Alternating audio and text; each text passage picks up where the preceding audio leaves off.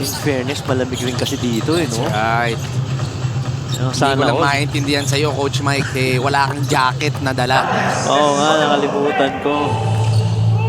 Nakakalimutan ko yung jacket na ibaba ko sa bahay. Which I normally would keep inside the car. Trademark pala yung jacket. Pahiramin sana kita, Coach, kaso small. I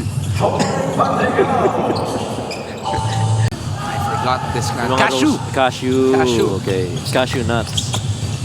Tossy all the way for the lane. Kasi puro resto eh, no? Wala siyang specialty. Oo. LGR, the official outfitter of the MPBL. Wow, Levy. Classic. Yeah. Remember before when we had our games in the Brenzigiao Convention Center? Yes. Kaya kanya-kanyang share kung anong pagkain kung anong gusto mo. Tapos magdadala pa si Coach Aisel, no? Pampanga will return to the MPBL. Yeah. So, hindi lang yan exciting for basketball. Exciting yan para sa ating mga chan. O, tsaka yung fan base. Yeah. Set up as the muse of, Hindi ako magugulat Hindi dyan. na magugulat, no? Baka paglaruin pa yan WMPBL na yun. iba pala. WMPBL yun. Oh. High-low play, JC, labas kay Fortsky. Two-man game, empty ball screen. Fortsky, malakas. Inand, lumilipad itong si Inan Fornilos. Pero dito sa Zamboanga, mukhang nahanap na nila ang comfort zone netong si Inan Fornilos. Balik ang bola kay Reg. He likes the mid-range. Nice. High looping floater is good for Reg Gabat.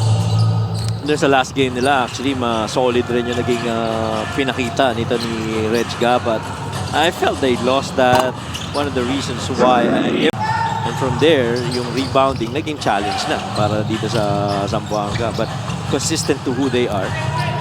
Talagang kahit na short of big man, talagang nakadiin pa rin yung defenses. Brian Lacap right there, finish quarter. Oo, Tapos- mga iba naman, no? Tapos yung anchor ang sasagot.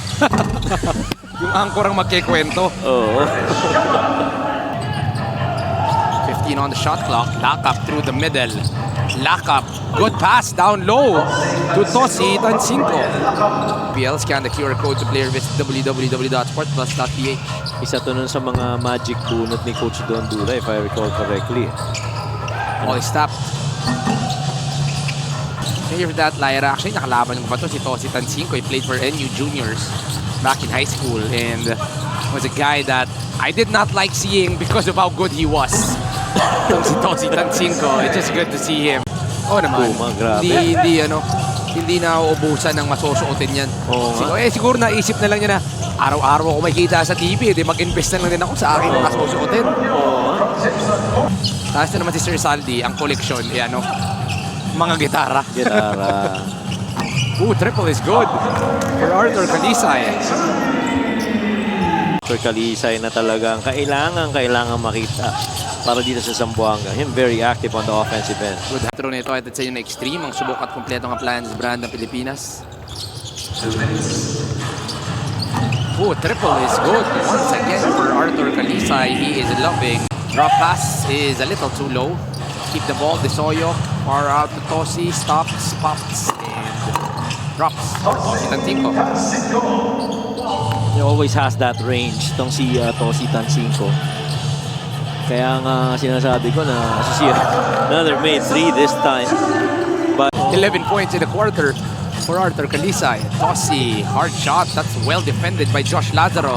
Second chance is good for Tan. Dapat binabanggit dahil baka yung susunod. Tignan natin. Para kay Arthur Calisay. Hook shot is good for Chadi Rangel. Robin Ronyo goes inside. Calisay, drop pass. Turco gets the bump, the basket, and the bonus. this is us. Yeah. Parang nasa kabila. Ayan, sa kabila pala. Magandang gabi po sa lahat. Good evening sa'yo. Hindi kami sasayaw direct Oo. dahil kami hahanapin ko na naman. Don't us. Ayan na. Calisay all the way for the lay for Arthur Calisay. 5 of 5 in the third.